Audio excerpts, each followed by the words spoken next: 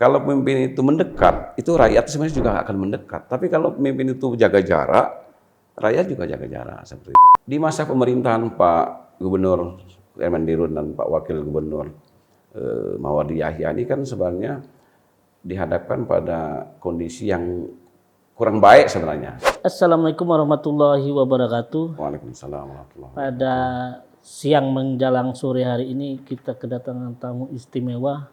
Dia juga menandakan saya juga sesama jurnalistik dan sekarang sudah menjadi politisi yang cukup hebat di Sumatera Selatan ini. Baik, langsung saya perkenalkan saja dengan Pak Alfrenzi Panggarbersih yang biasa kita sebut dengan Bang Oji. Bang Ozi ini. Ya. Selamat sore Bang Ozi. Selamat sore. Assalamualaikum warahmatullahi wabarakatuh. Ini Rahman sahabat lama saya.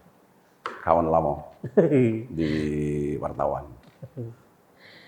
Baik, mungkin kita langsung saja Bang Oji. Ya. Kegiatan saat ini apa? Selama menjadi politisi. Ya, Pak Rahmat, seperti diketahui saya dulu wartawan, kemudian ikut pemilu di 2019, kemudian alhamdulillah berkat dukungan masyarakat dan ridho dari Allah SWT terpilih menjadi anggota DPRD Provinsi Sulawesi Selatan. Jadi sudah tidak terasa, sudah 4 tahun jalan dan tidak terasa sebentar lagi mau pileg lagi. Pileg lagi ya. Artinya kita sehari-hari menjalankan tugas-tugas sebagai anggota Dewan Jawa ini. Begitu. Ini keliling ke dapil-dapil sering? Ya, karena memang saya ini kan dari Dapil Sumsel 7 namanya, mewakili Kabupaten Lahat, Kota Pagelam, dan Kabupaten Perlawang. Jadi selain masa-masa reses, di mana setiap tahun 3 kali minimal anggota Dewan itu diberikan waktu reses untuk kundapil, kunjungan ke daerah pemilihan. Tapi di luar itu kita juga sering menemui konstituen kita di 3 daerah tersebut. Jadi tidak hanya terbatas reses, tapi hal-hal yang sifatnya strategis, kemudian ada memonitor, melakukan tugas-tugas komisi, melakukan monitoring terhadap kinerja dinas-dinas yang menjadi mitra Komisi 5. Saya ini sekarang di Komisi 5. Kalau silaturahim terus terjalin dengan masyarakat konstituen kita. Dari kunjungan ke dapil-dapil itu permasalahan yang paling urgent terus yang menjadi perhatian kita itu apa? Di perjalanan proses 4 atau 5 tahun ini? Sebenarnya persoalan di Sumatera Selatan itu kan masih utamanya soal infrastruktur. Baik itu infrastruktur jalan, jembatan, irigasi, tetapi juga infrastruktur pendidikan. Artinya sarana prasarana pendidikan yang masih ada beberapa yang harus diperbaiki. Itu yang kemudian yang tak kalah penting adalah soal kesehatan. Kesehatan. Kemudian apalagi kan mitra saya ini kan adalah dinas kesehatan. Terus kita lakukan monitoring bagaimana pemerintah provinsi bersama DPRD provinsi ini kan membuat sebuah program, semua program yang dapat membantu masyarakat, baik itu infrastruktur maupun non infrastruktur. Oh gitu ya. Dari 3 dapil itu semuanya hampir semua permasalahan seperti itu? Saya pikir Sumatera Selatan meskipun beragam, tapi kira-kira hampir sama. Hampir sama. Karena itu kan infrastruktur ini utama, sama seperti kebijakan nasional kan, bagaimana infrastruktur Pak Jokowi 10 tahun ini kan bagaimana menggenjot infrastruktur.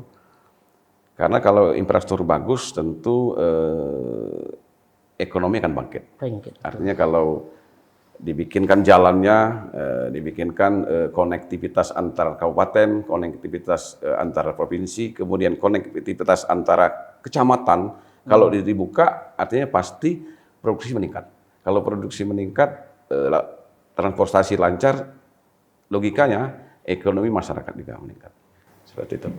Ini nama Bang Oji ini cukup terkenal sebenarnya di dapil-dapil itu. Saya beberapa kali kunjungan ke daerah itu, terutama di Pagar Alam lah. Ya. Pagar Alam itu terus sering termasuk kunjungan itu. Ada rencana pilkada Kalau saya pertama mengucapkan syukur alhamdulillah kalau meskipun kewenangan saya terbatas sebagai anggota DPR provinsi, tetapi ada beberapa perbuatan-perbuatan kita untuk membantu masyarakat di dapil itu mendapatkan apresiasi. Saya alhamdulillah terima kasih atas apresiasi itu. Kalau soal nanti next ke depan seperti apa, saya pikir kita menyelesaikan tugas ini dulu menjadi anggota DPR ini. Prinsipnya kan di mana saja sebenarnya kan mulia.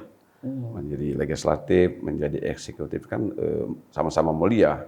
Kan tujuan besarnya adalah bagaimana membantu masyarakat dan membangun daerah. Berarti sudah ada rencana? Saya pikir semua politisi pasti punya target ya. Ya.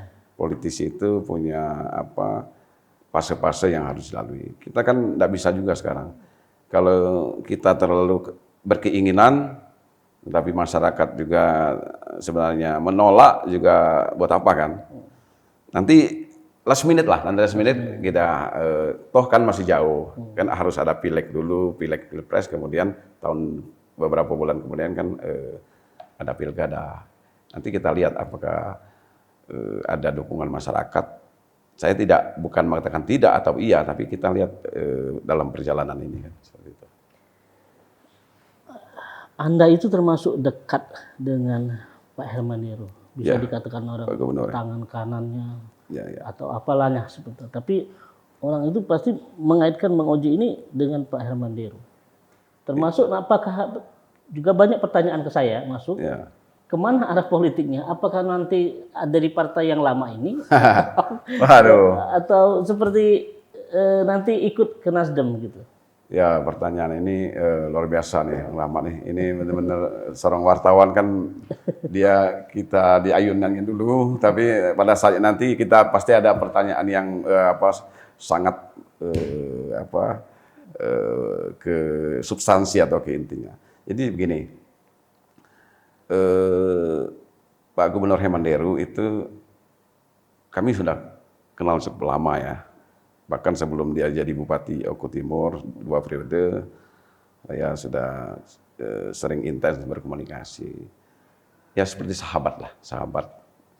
Tetapi karena beliau senior, bukan hanya sahabat, itu juga menjadi mentor politik saya kan. Iya. Karena saya melihat sosok ini adalah sosok pemimpin yang memang suka turun ke bawah, gitu kan. Artinya dia begitu dekat dengan masyarakat, hampir tidak ada batas sebenarnya dengan masyarakat. Kan susah mencari pemimpin yang seperti itu kan. Dulu kan pemimpin ini, apalagi kepala daerah kan seperti menara gading kan. Antara masyarakat dengan pemimpin itu jauh sekali dulu kan. Karena ada segan masyarakat, takut. Nah ini kemudian Pak Herman tadi menjadi model baru, role model bagaimana sebenarnya pemimpin itu tidak ada jarak dengan rakyat. Kalau rakyat itu menurut saya, rakyat itu bagaimana pemimpin bersikap. Kalau pemimpin itu mendekat, itu rakyat sebenarnya juga akan mendekat. Tapi kalau pemimpin itu jaga jarak, rakyat juga jaga jarak, seperti itu. Nah persoalan yang tadi Pak Rahul bilang, ya saya sekarang kan di Partai Hanura yang kemudian mengantarkan saya menjadi anggota DPR Provinsi. Sejauh ini sampai saat ini saya masih di Hanura. Di Hanura sampai saat ini. Saat ini. Next ke depan kita akan lihat seperti apa konstelasi politik di provinsi. Kemudian kan politik itu kan harus ngelihat peluang, mana peluang yang paling memungkinkan gitu. Seperti itu. Terkait Bang Oji soal melihat peluang ke depan. Bagaimana peluang ke depan politik bagi Bang Oji sendiri untuk karir, atau memang harus, apakah tahun ini juga ingin melanjutkan di DPRD Sumsel atau nanti seperti apa? Ya, saya kira begini, saya ini kan baru satu periode di DPR provinsi, masih harus banyak belajar lah. Walaupun kita lama di wartawan, kerjanya dulu kan mewawancarai Iya, teman-teman DPR sebenarnya kan. betul. Artinya sedikit banyak sebenarnya kita sudah tahu Iya. kerja-kerja tupoksi dari anggota legislatif ini. Tapi kan kita juga harus beradaptasi kan. Bahwa ketika di dalam itu ternyata ada hal-hal namanya politik kan, ada hal-hal yang sifatnya harus kita menyesuaikan. Bagi saya 5 tahun ini belum cukup bagi saya untuk belajar banyak. Dan saya ingin belajar lebih banyak lagi. Karena itu saya pikir tidak ada pilihan, saya harus melanjutkan pengabdian menjadi anggota DPRD provinsi. Itu pun, tapi kan berpulang kepada masyarakat nantinya.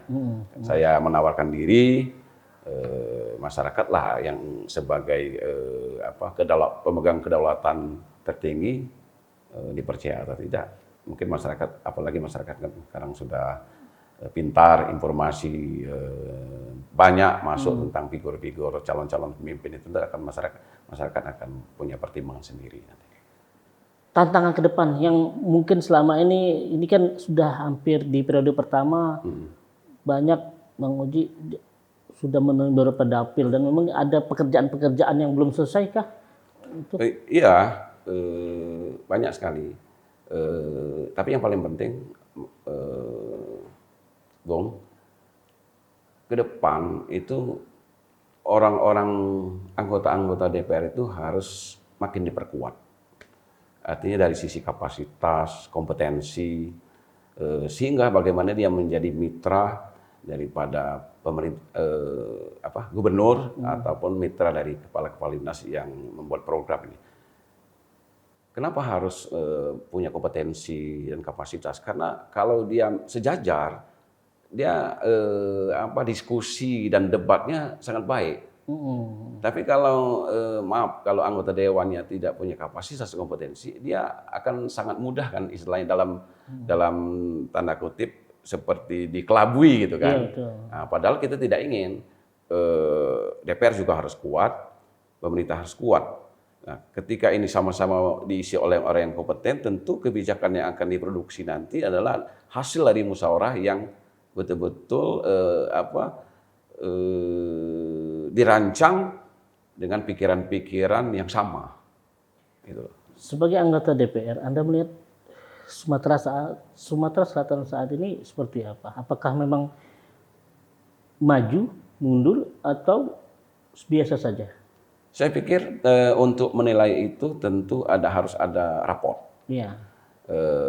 Capaian pembangunan itu sebenarnya kan bisa dilihat dari IPM kan, Indeks Pembangunan Manusia. Itu kan ada 3 indikatornya, kesehatan, pendidikan, dan ekonomi. Itu kan yang menjadi indikator bagaimana sebuah daerah itu, sebuah pemerintah itu maju. Saya pikir sejauh ini IPM kita naik. Betul. Artinya 3 indikator itu menjadi akumulasi, tentu ini artinya maju. Di masa pemerintahan Pak Gubernur Kemendikbud dan Pak Wakil Gubernur Mawardi Yahya ini kan sebenarnya dihadapkan pada kondisi yang kurang baik sebenarnya secara dunia, karena ada COVID-19 yang pada saat itu sangat sulit pemerintah melaksanakan pembangunan karena harus refocusing semuanya ke untuk menganukan COVID kan. Tapi kan pelan-pelan kemudian indikator-indikator itu kan terjawab.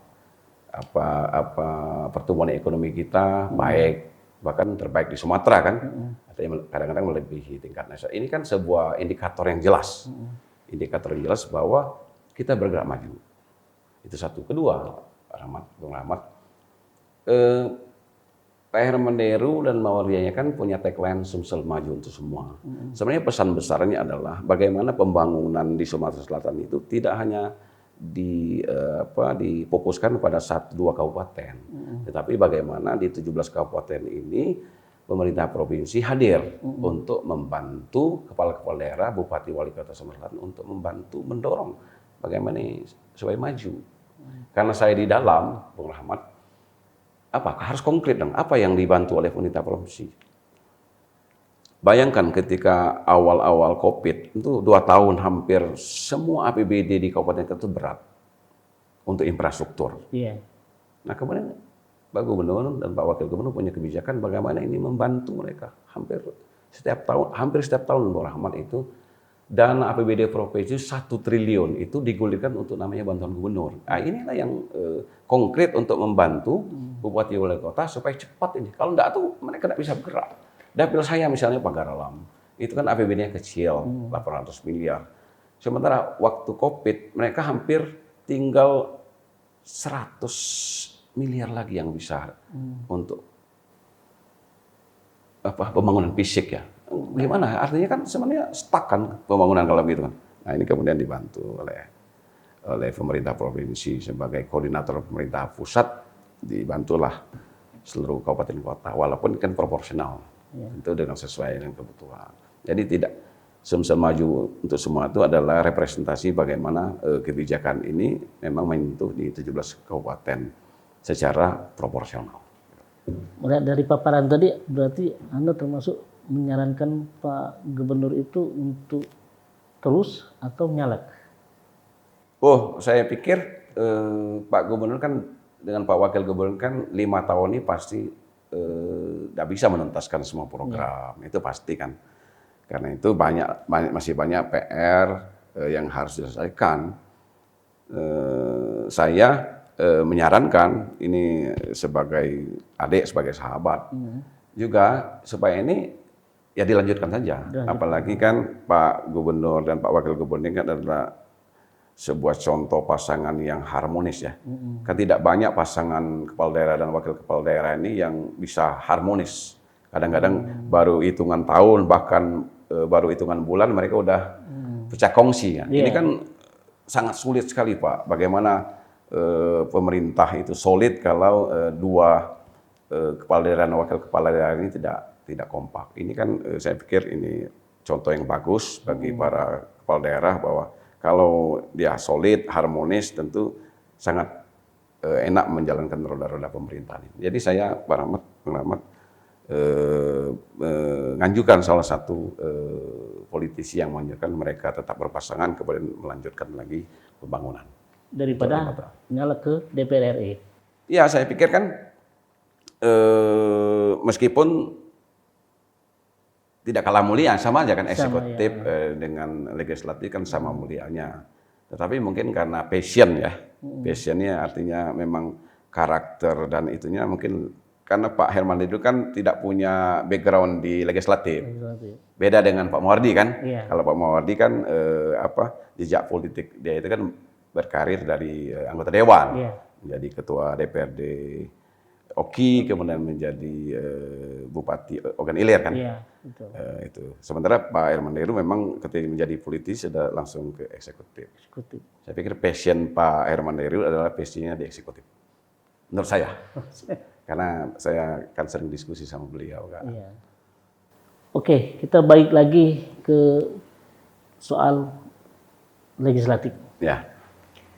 Ini kalau secara umum nama Bang Uji ini cukup dikenal.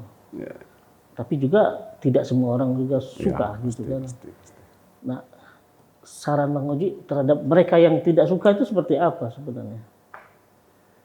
Saya pikir gini, proses orang suka atau tidak suka itu kan biasanya karena akumulasi informasi. Mungkin seorang suka itu mendapatkan informasi positif tentang seseorang, dia akan suka.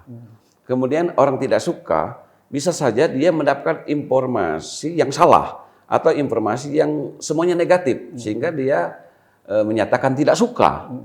Tapi ini normal saja, saya pikir ini apalagi kan dalam politik ada rivalitas, ada segala macam, itu biasa-biasa saja. Saya menangkap ini biasa-biasa saja. Bayangkan Pak Rahmat, apa yang sudah dilakukan baik-baik aja, semuanya baik, pasti ada yang tidak suka. Nah, kalau kita mau orang semua suka, jadi penjual es krim saja. Itu semua orang pasti suka. Nggak ada yang tidak suka kalau es krim kan, kira-kira kan, gitu kan. Nabi aja banyak yang ini, nah Nabi itu jelas maksum, tidak ada dosa sama sekali, masih bertabur fitnah, orang yang tidak suka. Ini kan karena ini normal. Ini suka tidak suka itu kan seperti sunatullah kan, seperti itu. Ya. Oke, baik. Mungkin itu closing kita terakhir dari hasil diskusi ini.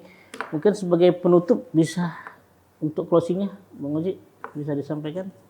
Baik, saya terima kasih sekali diundang di podcast Info Indonesia ini, sebuah kebahagiaan dan kebanggaan bagi saya bisa diundang di podcast ini. Saya tahu Info Indonesia ini namanya tidak hanya sudah akrab di Sulawesi Selatan, tapi ini kan menjadi media nasional. Saya sebagai sahabat Bung Rahmat berharap dan mendoakan Info Indonesia ini makin maju, makin kreatif, karena kreativitas itulah yang membuat kita bisa bertahan. Apalagi di bisnis media ini kan sekarang tidak mudah, sangat sulit Pak. Tren ini kan berubah-ubah, tapi saya yakin kalau kita kreatif, bisnis ini masih sangat diminati. Karena itu saya yakin kru-kru di Info Indonesia ini ada orang-orang yang punya kreativitas dan keberanian, Pak. Iya.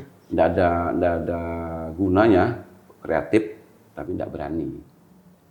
Itu Pak. Terima kasih atas saran, sumbangsi dan dukungannya ini. Baik, itu saja yang bisa kita sampaikan. Semoga apa yang hari ini disampaikan oleh Bang Oji itu cukup bermanfaat bagi kita semua. Baik, saya tutup dengan Assalamualaikum warahmatullahi wabarakatuh. Waalaikumsalam warahmatullahi wabarakatuh.